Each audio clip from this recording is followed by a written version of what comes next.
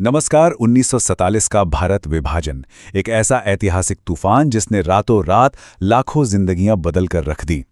आज के इस विस्तृत विश्लेषण में हम सिर्फ नक्शे पर खींची गई लकीरों की बात नहीं करेंगे, बल्कि गहराई में जाकर समझेंगे कि आखिर वो कौन से राजनीतिक बीज थे जिन्होंने इस बंटवारे को जन्म दिया और अंततः इसकी इंसानी कीमत कितनी भयानक थी।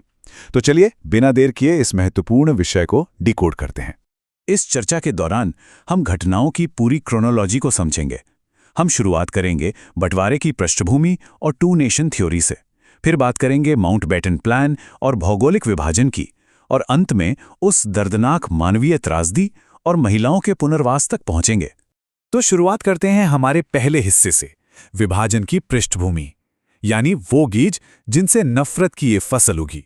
कहानी शुरू होती है ब्रिटिश शासकों और उनकी उस सोची समझी रणनीति से, जिसके जरिए वो इस विशाल उपमहाद्वीप पर अपनी पकड़ बनाए रखना चाहते थे। आपने फूट डालो और राज करो, यानी डिवाइड एंड रूल के बारे में तो सुना ही होगा। देखिए, अंग्रेजों ने बड़ी चालाकी से नागरिकों को धर्म के चश्मे से देखना शुरू किया। उन्होंने जानबूझकर ऐसी नीतियां बनाई जिससे बहुसंख्यक हिंदुओं और अल्पसंख्यक मुसलमानों के बीच शक की दीवार खड़ी हो गई और अधिकारों को लेकर एक खतरनाक होड़ मच गई। और ये सब रातों रात नहीं हुआ। ये टाइमलाइन देखिए, 1906 में ढाका में मुस्लिम लीग बनती है। फिर 1930 में मशहूर कवि मोहम्मद इकबाल पहली बार एक अलग राज्य का विचार रखते हैं। 1935 आते आते सिंध विधानसभा में यही मांग गूंजती है, और फाइनली 1940 के लाहौर अधिवेशन में दो अलग राष्ट्रों का औपचारिक प्रस्ताव पास हो जाता है। ये दशकों तक सुलगती हुई वो आग थी जो अब एक शोला बन चुकी थी। अब आते हैं हमारे दूसरे अध्याय पे, द्विराष्ट्र सिद्धांत, या जिसे हम टू नेशन थियरी कहते हैं। आइए देखते हैं कि उस उथल-पुथल वाले दौर के जो सबसे प्रमुख चेहरे थे, उनके खुद के विचार क्या थे। मुस्लिम लीग के नेतृत्व ने इस टू नेशन थ्योरी को अपना मुख्य हथियार बनाया। 1940 में मोहम्मद अली जिन्ना ने बिल्कुल साफ शब्दों में कहा था कि हिंदू और मुसलमानों के धर्म, उनकी विचारधाराएं और रीति रिवाज बिल्कुल अलग हैं। उनका मानना था कि इन दो अलग राष्ट्रों को, जिनमें एक बहुमत में हो और दूसरा अल्पमत में, एक साथ बांधकर रखने का अंजाम सिर्फ और सिर्फ विनाश होगा। लेकिन दिलचस्प बात यह है कि समाज के दूसरे छोर पर भी कुछ ऐसी ही बातें हो रही थीं। 1937 में हिंदू महासभा के वीडी सावरकर ने कहा था कि भारत आज एक राष्ट्र नहीं है, बल्कि यहां दो राष्ट्र हैं, हिंदू और मुसलमान। हालांकि महासभा देश के बंटवारे के सख्त खिलाफ थी, लेकिन इन गहरे मतभेदों को वो भी सार्वजनिक तौर पर मानते थे। और इन सब के बिल्कुल उलट खड़े थे वो धर्मनिरपेक्ष नेता, जिनका दृढ़ विश्वास था कि दोनों समुदाय एक साथ रह सकते हैं। महात्मा गांधी ने इस विभाजन के विचार का कड़ा विरोध किया था। उनके शब्द थे कि उनकी पूरी आत्मा इस विचार के खिलाफ बगावत करती है, और ऐसे किसी भी सिद्धांत को मानना ईश्वर को नकारने के बराबर है। तो फिर ऐसा क्या हुआ कि ये बंटवारा होके ही रहा? यही हमारा तीसरा भाग है, माउंटबेटन योजना, और वो आखिरी चिंगारी जिसने इन गहराई से बटे हुए गुटों को विभाजन स्वीकार करने के लिए मजबूर कर दिया। वो चिंगारी थी अगस्त 1946 में कलकत्ता का डायरेक्ट एक्शन डे। इस भयानक हिंसा में करीब 5000 लोगों की जान चली गई। जरा सोचिए, इस भीषण रक्तपात ने इतना खौफ और दबाव पैदा कर दिया कि नेताओं को लगने लगा कि अगर अब विभाजन नहीं स्वीकारा गया तो पूरा देश एक भयानक गृह युद्ध की आग में जलकर खाक हो जाएगा। खैर, अब यहाँ एक बड़ा ही दिलचस्प ऐतिहासिक पहलू है। क्या आपने कभी सोचा है कि दोनों देशों की आज़ादी की तारीखें अलग अलग क्यों हैं? कानूनी रूप से तो दोनों 15 अगस्त की आधी रात को ही आज़ाद हुए थे, लेकिन पाकिस्तान की सत्ता सौंपने का कार्यक्रम 14 अगस्त को कराची में रखा गया। वजह, ताकि अंतिम British viceroy Louis Mountbatten Karachi और नई दिल्ली दोनों ही जगहों के समारोह में शामिल हो सकें। मतलब एक साधारण सी प्रशासनिक जरूरत का इतना बड़ा ऐतिहासिक असर हुआ। अब बढ़ते हैं चौथे हिस्से की ओर, भौगोलिक विभाजन यानी जमीन का बंटवारा। 3 जून 1947 की माउंटबेटन योजना और भारतीय स्वतंत्रता अधिनियम ने अंततः ये तय किया कि नक्शे पर ये लकीरें वास्तव में कैसी खींची जाएंगी। इस बंटवारे में सबसे बड़ी कीमत चुकाई ब्रिटिश भारत के दो विशाल प्रांतों ने, बंगाल और पंजाब। इन दोनों को बीच से चीर दिया गया। आप देख सकते हैं, बंगाल को पूर्वी पाकिस्तान और भारत के पश्चिम बंगाल में बांटा गया, जबकि पंजाब के दो टुकड़े हुए, पश्चिमी पाकिस्तान और भारत का पंजाब राज्य। सदियों से साथ रह रहे लोग रातों रात अजनबी बन गए। वैसे इस ऐतिहासिक घटना को लेकर एक बात स्पष्ट करना बहुत जरूरी है। सीलोन यानी आज का श्रीलंका और बर्मा का अलग होना या फिर 1971 में बांग्लादेश का बनना, ये सब 1947 के विभाजन का हिस्सा नहीं थे। और हां, नेपाल और भूटान उस समय स्वतंत्र राज्य थे, इसलिए वे इस पूरे बंटवारे से बिल्कुल अप्रभावित रहे। चलिए अब राजनीति और भूगोल के पन्नों से बाहर आते हैं। हम अपने इस विश्लेषण के सबसे भारी और दर्दनाक हिस्से पर पहुंच गए हैं। भाग 5, मानवीय त्रासदी और इस विभाजन की असली कीमत। 1.46 करोड़ यानी लगभग 1.5 करोड़ लोग। एक पल के लिए रुकिए और इस आंकड़े को महसूस कीजिए। ये कोई मामूली नंबर नहीं है। ये उन बेबस लोगों की संख्या है जिन्हें अपना घर, अपनी जमीन, अपना सब कुछ छोड़कर एक अनजानी सीमा के पार बहुसंख्यक संप्रदाय वाले देश में सिर्फ अपनी जान बचाने के लिए भागना पड़ा। और मौतों का आंकड़ा, वो तो और भी खौफनाक था। अनुमान है कि 2 लाख से लेकर 20 लाख लोगों ने अपनी जान गंवाई। जब करोड़ों लोग एक साथ पलायन कर रहे थे तो उस दौरान भड़की भयानक सांप्रदायिक हिंसा ने अनगिनत बेगुनाहों को निगल लिया। इंसानियत के इतिहास का ये वाकई एक बेहद स्याह पन्ना है। इस दर्दनाक दास्तान का एक और अध्याय है हमारा छठा भाग, महिलाओं का पुनर्वास और वो अनकहा खौफ। इस पूरे ऐतिहासिक दौर का सबसे खौफनाक सच ये था कि महिलाओं को जानबूझकर और विशेष रूप से हिंसा का शिकार बनाया गया। आधिकारिक आंकड़ों की बात करें तो भारत सरकार ने दावा किया था कि दंगों के दौरान करीब 55,000 हिंदू और सिख महिलाओं का अपहरण हुआ। वहीं पाकिस्तान सरकार का दावा था कि 1,000 मुस्लिम महिलाओं का अपहरण किया गया। दोनों नई सरकारों ने इन अपहरित महिलाओं को वापस लाने के बड़े बड़े वादे किए। ये संख्या अपने आप में इस त्रासदी के भयावह पैमाने को बयां करती है। ये कोई इक्का दुक्का घटनाएं नहीं थीं। कलकत्ता के डायरेक्ट एक्शन डे की हिंसा हो, नोआखली के अपहरण हो, या फिर बिहार में महिलाओं का अपनी आबरू बचाने के लिए कुओं में कूद जाना, और गढ़मुक्तेश्वर तथा अमृतसर में महिलाओं पर सरेआम जो वीभत्स हमले हुए, ये सब बताते हैं कि उस वक्त का माहौल वास्तव में कितना डरावना था। सबसे ज्यादा दुख की बात तो ये है कि ये त्रासदी हिंसा रुकने के बाद भी खत्म नहीं हुई। समाज का जो रवैया था वो सचमुच सोचने पर मजबूर करता है। ज्यादातर हिंदू और सिख महिलाओं ने इस डर से वापस लौटने से इनकार कर दिया कि उनके अपने ही परिवारों ने कभी स्वीकार नहीं करेंगे। हालांकि ये डर मुस्लिम महिलाओं में भी था, लेकिन रिकॉर्ड्स बताते हैं कि उन्हें ज्यादातर उनके परिवारों ने वापस अपना लिया। दर्द एक ही था, लेकिन समाज की प्रतिक्रियाओं में कितना बड़ा अंतर था ये हम साफ देख सकते हैं। इस गहरे विश्लेषण के अंत में एक बड़ा सवाल हमारे सामने खड़ा होता है। जब हम 1947 के इस विभाजन के इतने बड़े पैमाने और इसकी भारी मानवीय कीमत को समझते हैं, तो क्या नक्शे पर खींची गई इन सरहदों को देखने का हमारा नजरिया बदल नहीं जाना चाहिए? ये हमें याद दिलाता है कि इतिहास में कागज पर जो लकीरें खींचती हैं, वो असल जिंदगी में एक कभी न मिटने वाला दर्द और एक बहुत भारी इंसानी विरासत छोड़ जाती हैं। आज के इस विस्तृत विश्लेषण में हमारे साथ जुड़ने के लिए बहुत बहुत धन्यवाद। सीखते रहिए और इतिहास के इन पन्नों में अपने सवालों की तलाश जारी रखिए। आइए आज 1947 के उस ऐतिहासिक घटनाक्रम की गहराई में चलते हैं, जिसने न सिर्फ ब्रिटिश भारत का पूरा भूगोल पलट कर रख दिया, बल्कि करोड़ों लोगों का भविष्य भी हमेशा हमेशा के लिए बदल दिया। आज के इस विश्लेषण का मकसद इस पूरी प्रक्रिया को ऐतिहासिक तथ्यों और दस्तावेजों के जरिए बिल्कुल निष्पक्ष रूप से समझना है। इस पूरी चर्चा को हम मुख्य रूप से 4 हिस्सों में बांटकर देखेंगे। पहला, माउंटबैटन योजना। दूसरा, संपत्तियों का बंटवारा और उससे जुड़ा विवाद। तीसरा, दंगे और कुप्रबंधन। और अंत में बड़े पैमाने पर हुआ जन स्थानांतरण। तो चलिए भाग 1 से शुरुआत करते हैं। माउंटबैटन योजना, विभाजन की नौकरशाही। जरा सोचकर देखिए, एक इतने बड़े देश के टुकड़े करने की राजनीतिक प्रक्रिया कितनी तेज गति से हुई। 3 जून 1947 को माउंटबैटन योजना की घोषणा होती है। ठीक 1 महीने बाद 18 जुलाई को ब्रिटिश संसद भारतीय स्वतंत्रता अधिनियम पास कर देती है और अगस्त 1947 आते आते भारत संयुक्त राष्ट्र में अपनी पुरानी कुर्सी संभाल लेता है और एक बिल्कुल नए राष्ट्र के रूप में पाकिस्तान की स्थापना हो जाती है। इतनी जल्दी इतना बड़ा राजनीतिक बदलाव शायद ही इतिहास में कहीं और देखने को मिले। और अब सबसे चौंकाने वाली बात, इन 2 नए देशों के बीच की सीमा रेखा तय करने का काम आखिर किसे दिया गया? सर सिरिल रैडक्लिफ को, जो कि लंदन के एक वकील थे।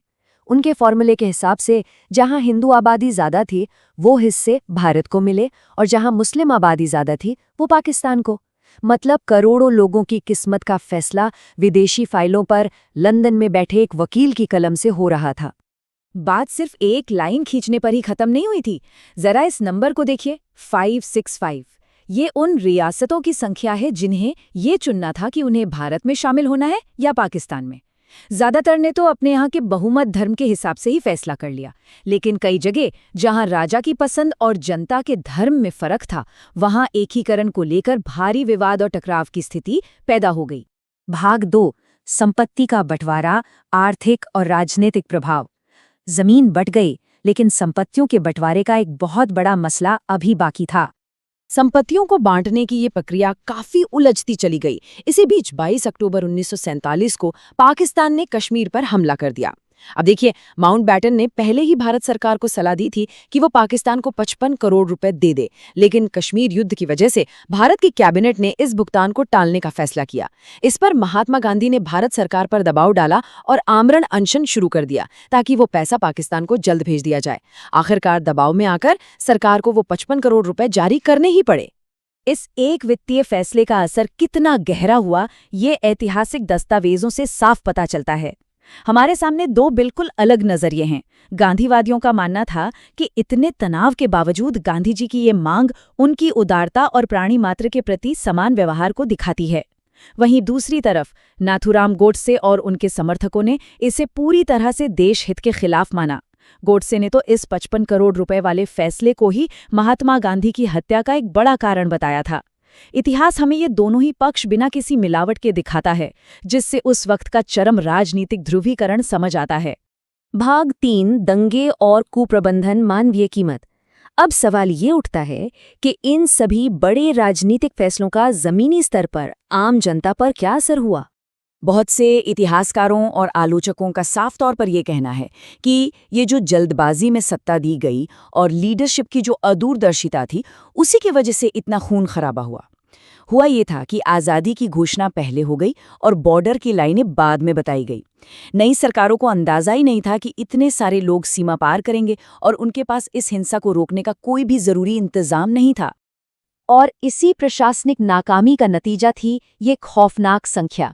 ऐसा अनुमान है कि इस पूरे दौर में 5 लाख से 30 लाख के बीच लोग मारे गए। कुछ लोग भयानक सांप्रदायिक दंगों का शिकार हो गए, तो बहुत से लोगों ने पैदल चलते चलते भूख, बीमारी और थकावट से रास्ते में ही दम तोड़ दिया। ये सिर्फ एक नंबर नहीं है, बल्कि एक बहुत बड़ी मानवीय त्रासदी का प्रमाण है। भाग 4, जन स्थानांतरण, जनसांख्यिकी बदलाव। इसी डर और हिंसा ने मानव इतिहास के सबसे बड़े जन स्थानांतरण को जन्म दिया। विभाजन के फौरन बाद हिंसा के डर से पाकिस्तान से लाखों हिंदुओं और सिखों को बलपूर्वक बेघर कर दिया गया और उन्हें भागना पड़ा। लेकिन इसी दौरान ऐतिहासिक स्रोत बताते हैं कि भारत में महात्मा गांधी ने कांग्रेस पर भारी दबाव डाला ताकि ये सुनिश्चित किया जा सके कि जो मुसलमान भारत में ही रहना चाहते हैं वो यहाँ पूरी सुरक्षा के साथ रह सकें।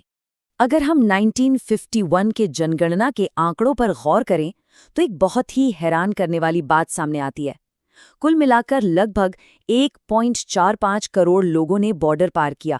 लेकिन यहाँ सबसे दिलचस्प चीज है इन नंबरों का लगभग बराबर होना। करीब 72,26,000 मुसलमान भारत छोड़कर पाकिस्तान गए और लगभग 72,49,000 हिंदू और सिख पाकिस्तान छोड़कर भारत आए। लेकिन ये महापलायन देश के हर हिस्से में एक जैसा नहीं था। इसका सबसे भयानक असर पश्चिमी सीमा पर, विशेषकर पंजाब में देखने को मिला। कुल विस्थापन का 78% हिस्सा अकेले इसी इलाके में हुआ था। हम कह सकते हैं कि विभाजन का सबसे गहरा और हिंसक जख्म पंजाब ने ही झेला। इन करोड़ों के आंकड़ों से हटकर अगर हम जमीन से जुड़ी किसी एक इंसान की बात करें तो ऐतिहासिक दस्तावेज हमें तारावती नाम की एक महिला के बारे में बताते हैं जो गुजरात की रहने वाली थी। उनका बचा हुआ सामान आज भी उस दर्दनाक सफर की गवाही देता है। यह हमें याद दिलाता है कि उस 1.45 करोड़ के आंकड़े में से हर एक नंबर के पीछे एक जीता जागता परिवार था, एक घर था जिसे रातों रात हमेशा के लिए पीछे छोड़ना पड़ा। तो अंत में ये पूरा ऐतिहासिक विश्लेषण हमें एक बहुत ही गहरे सवाल के साथ छोड़ जाता है। क्या वाकई नक्शे पर प्रशासकों द्वारा जल्दबाजी में खींची गई कुछ रेखाएं रातों रात करोड़ों लोगों की पहचान, उनकी नियति और उनके पूरे वजूद को हमेशा हमेशा के लिए बदल सकती हैं? इतिहास के इन पन्नों में दर्ज ये घटना हमें सोचने पर मजबूर करती है कि बड़े राजनीतिक निर्णयों की मानवीय कीमत कितनी विशाल हो सकती है। आज इस विश्लेषण में जुड़ने के लिए बहुत बहुत धन्यवाद। नमस्कार। आज के हमारे इस विशेष विश्लेषण में हम इतिहास के एक ऐसे पन्ने को पलटने जा रहे हैं जो बेहद महत्वपूर्ण और संवेदनशील है। अक्सर 1947 के विभाजन को सिर्फ एक जमीनी बंटवारे की तरह देखा जाता है ना? लेकिन आज हमारी स्रोत सामग्री हमें एक बिल्कुल नए चश्मे से इस घटना को देखने का मौका देती है। हम दो बहुत ही दिलचस्प पहलुओं पर बात करेंगे। पहला, इस बंटवारे के पीछे की असल राजनीतिक रणनीति, और दूसरा, इसकी गहरी सांस्कृतिक और कलात्मक विरासत। मतलब आज हम ये समझेंगे कि कैसे भू राजनीति और मानवीय संवेदनाएं आपस में इतनी गहराई से उलझी हुई हैं। अब जरा सोचिए, क्या 1947 में जो हुआ वो महज एक अचानक हुई अलग थलग घटना थी, या फिर क्या ये एक बहुत बड़ी सोची समझी वैश्विक साम्राज्यवादी रणनीति का सिर्फ एक हिस्सा था? हमारी आज की स्रोत सामग्री बिल्कुल यही बड़ा सवाल उठाती है। अगस्त 1947 के वे दिन वो कोई रातों रात लिए गए फैसले का नतीजा नहीं थे। स्रोत के अनुसार ये एक बहुत बड़े ऐतिहासिक पैटर्न का हिस्सा था। तो आइए गहराई से समझते हैं कि ये पूरा विचार आखिर विकसित कैसे होता है। अगस्त 1947 में भारत और पाकिस्तान के बीच जो हुआ वो सच में सिर्फ जमीन पर एक लकीर खींचना नहीं था। असल में ये एक बहुत बड़ा सत्ता का हस्तांतरण था। इसे ऐसे समझिए कि ब्रिटिश उपनिवेशवाद के अंत की ये पहली और सबसे बड़ी शुरुआत थी। ये कोई मामूली राजनीतिक फेरबदल नहीं था। इसके साथ ब्रिटेन की अंतर्राष्ट्रीय ताकत और दुनिया भर के समीकरण जुड़े हुए थे। इस एक बड़े कदम ने वैश्विक स्तर पर राजनीतिक माहौल को हमेशा के लिए बदल कर रख दिया, और इसके परिणाम वो तो आज तक महसूस किए जा सकते हैं। और अगर हम इतिहास में थोड़ा पीछे जाएं, तो एक बड़ा ही चौंकाने वाला पैटर्न नजर आता है। हैरानी की बात तो ये है कि भारत का विभाजन कोई इकलौता मामला था ही नहीं। 18वीं सदी से ही यूरोप, एशिया, अफ्रीका और मध्य पूर्व में ऐसे कई विभाजन देखे जा चुके थे। लेकिन हमारी स्रोत सामग्री जिस बात पर सबसे ज्यादा जोर देती है वो है साम्राज्यवादी ब्रिटेन की रणनीति। ब्रिटेन ने एक ही रणनीति के तहत मुख्य रूप से 4 बड़े क्षेत्रों को बांटा: आयरलैंड, फिलिस्तीन, साइप्रस और फिर भारत। मतलब ये एक स्थापित साम्राज्यवादी तरीका था, ना कि केवल भारत के लिए किया गया कोई अनूठा प्रयोग। इन 4 प्रमुख विभाजनों को देखकर एक बात तो बिल्कुल साफ हो जाती है, इसके पीछे की नीतियां बहुत गहरी थीं। हमारी स्रोत सामग्री इस पूरे घटनाक्रम का एक बहुत ही खास नजरिए से विश्लेषण करती है। यह इस बात पर रोशनी डालती है कि कैसे ब्रिटेन ने अपना वैश्विक दबदबा बनाए रखने के लिए बेहद सोची समझी रणनीतिक चालें चलीं। हम यहाँ इतिहास की एक विशिष्ट व्याख्या पर चर्चा कर रहे हैं जो पूरी तरह से इस बात पर केंद्रित है कि एक साम्राज्य को बचाए रखने के लिए किस हद तक कूटनीति का इस्तेमाल किया गया। तो अब एक बड़ा सवाल उठता है, दुनिया को क्या बताया गया और असलियत क्या थी? आधिकारिक तौर पर तो दुनिया को यही बताया गया कि अलग अलग समुदाय एक साथ मिलकर नहीं रह सकते, लेकिन स्रोत सामग्री के अनुसार पर्दे के पीछे की कहानी कुछ और ही थी। विश्लेषण बताता है कि असली वजह केवल धार्मिक या नस्ली नहीं थी, बल्कि इसके पीछे ब्रिटेन के अपने गहरे सामरिक और राजनीतिक हित जुड़े थे। पाठ कहता है कि ब्रिटेन ने इन्हीं स्वार्थों को ध्यान में रखते हुए विभाजन का रास्ता चुना। अब देखिए, हम यहाँ किसी पक्ष को सही या गलत नहीं ठहरा रहे हैं। हम सिर्फ निष्पक्ष रूप से उस ऐतिहासिक पाठ को समझ रहे हैं जो इन कूटनीतिक चालों को ही विभाजन का मुख्य कारण मानता है। राजनीतिक चालों और कूटनीति से थोड़ा परे हटकर जब हम जमीनी हकीकत पर आते हैं तो स्रोत सामग्री का एक वाक्य भीतर तक छक छोड़ देता है। दुनिया ने कई भौगोलिक विभाजन देखे हैं, बिल्कुल, लेकिन 1947 में हिंसा का जो खौफनाक स्तर था ना, वो इतिहास में अभूतपूर्व था। ये सिर्फ सत्ता का बंटवारा नहीं था। अधिकांश विभाजनों में विभिन्न धार्मिक समुदायों के बीच जितनी हिंसा हुई उससे कहीं अधिक इस एक घटना में हुई। ये ऐतिहासिक सच्चाई हमें उन कूटनीतिक चालों से हटाकर सीधे उस गहरी मानवीय त्रासदी की ओर ले जाती है जिसने रातों रात लाखों जिंदगियों को हमेशा हमेशा के लिए उजाड़ दिया। अब इस अकल्पनीय दर्द और ऐतिहासिक उथल-पुथल को केवल इतिहास की किताबों में दर्ज कुछ आंकड़ों या संधियों से तो नहीं समझा जा सकता है ना। जब राजनीति ने आम इंसान को निराश किया, तब कला और साहित्य ने आगे आकर इस दर्द को सहेजने का काम किया। हमारे प्रमुख लेखकों ने इस त्रासदी को शब्दों के माध्यम से समेटने का एक भगीरथ प्रयास किया। साहित्य ने उस समय एक ऐसे दर्पण का काम किया जिसमें एक पूरे समाज ने अपने सबसे गहरे घावों को देखा, उन्हें महसूस किया और उन्हें हमेशा के लिए दर्ज कर दिया। इस दर्द को संजोने का बेड़ा उठाया हमारे दिग्गज लेखकों ने। यशपाल जी का झूठा सच, भीष्म साहनी जी का तमस, अमृता प्रीतम का पिंजर और खुशवंत सिंह का ट्रेन टू पाकिस्तान। ये महज किताबें नहीं हैं। इसी तरह सलमान रुश्दी की मिडनाइट चिल्ड्रन और कमलेश्वर का कितने पाकिस्तान, ये सभी एक सामूहिक कलात्मक आघात का जीवंत दस्तावेज हैं। इन लेखकों ने इस दर्द को पन्नों पर इसलिए उतारा ताकि आने वाली पीढ़ियां उस त्रासदी की कीमत और उसकी गहराई को समझ सकें। ये एक बहुत बड़ा प्रयास था उस जटिल इतिहास को हमेशा के लिए संरक्षित करने का। लेकिन जाहिर है ये दर्द केवल छपे हुए पन्नों तक ही सीमित नहीं रहने वाला था। साहित्य से निकलकर ये आघात सिनेमा के दृश्य माध्यम यानी बड़े पर्दे तक भी पहुंचा। सिनेमा ने इस ऐतिहासिक दर्द को एक ऐसे रूप में ढाला जिसे सिर्फ पढ़ा नहीं बल्कि देखा और सुना जा सकता था। दृश्य और ध्वनि के माध्यम से ये कहानियां और भी अधिक जीवंत हो उठी।